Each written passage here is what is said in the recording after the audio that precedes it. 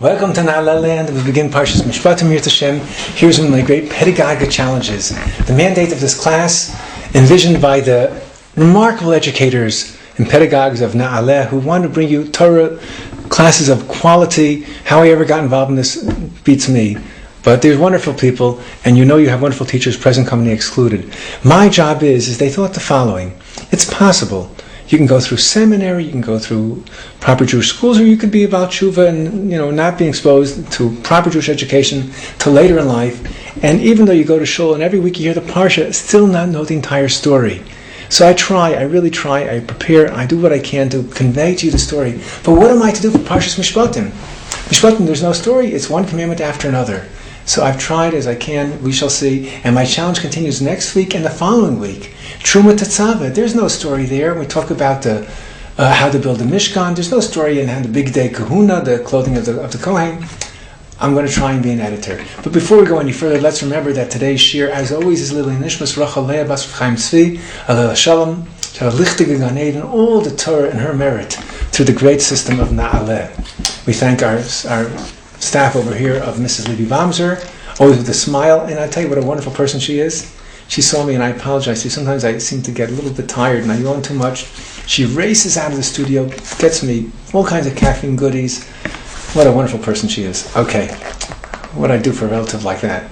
All right, now, Parshat Mishpatim. We begin first with our summary. And the reason I'm mentioning to you all the other people in Na'aleh is like, even though Mrs. Bamser would prefer not to have it, all the other people also, they just prefer anonymity. But what a team. Okay, Parshat Mishpatim. Now there's many laws basic for the preservation of a civilized existence among Bnei Yisrael. The first group of laws promote the humane treatment of slaves. A Jew who is sold as a servant to make restitution for a theft must be set free after a maximum of 6 years of service.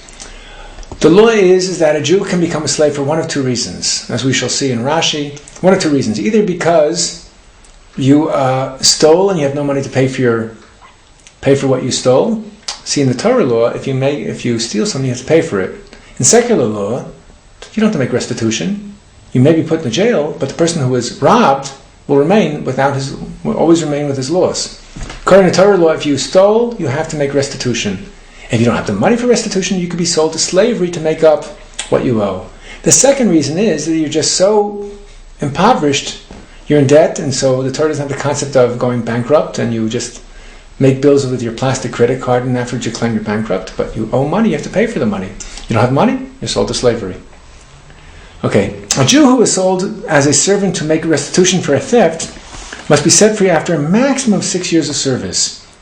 If he was married when he entered slavery, then the master must support his Jewish wife and children during his servitude, must release them upon its completion. However, if his master provides him with a woman slave, called a Shifat Kananis, then the wife and the children she bears remain with the master, and the Jewish slave is set free. If the slave becomes so attached to his master and family that he insists upon remaining with them, after the years of servitude have expired, he makes a declaration to the effect before the judges, and the master pierces his ear against the door of the house with an awl, AWL. Then the slave remains in servitude until the year of the Yovel, which is the Jubilee, the 50th year. A man may sell his daughter to be a maidservant until she is 12 years old. If she displeases her master, she cannot be consigned to slavery in a foreign country. Rather, her relatives are allowed to redeem her from her master. If the son of the master marries her, she is to be treated as a freeborn Jewish woman. She cannot be denied her marital rights. If either the man or his son marries another woman, in which case she goes free. If a man strikes his non-Jewish slave and the slave dies, the master is punished according to the determination of the judges. If, however, the slave dies after a day or two, the master is not punished, for it is assumed that he did not intend to kill the slave. If, though, the slave master maims the slave, then the slave is freed immediately. The death penalty is imposed for the following crimes: willful murder, which really is what murder means, though when one causes a death accidentally, he can escape the vengeful survivors of the victim because he'll run to the city of refuge, the Ari Miklat. Where else do you get the death penalty? Well, if you don't know, pay attention to our Parsha. Also for cursing a parent with the name of God, kidnapping, practicing witchcraft, practicing bestiality, and sacrificing to idols. Also, if you hit a parent and you cause a wound, you cause a bruise, if blood comes out, that's also the death penalty. The following are included among the other laws of torts. If one injures another during a fight, he's held responsible for the victim's loss of earnings, for his medical fees, as well as the compensating him in pain, embarrassment, and physical injury.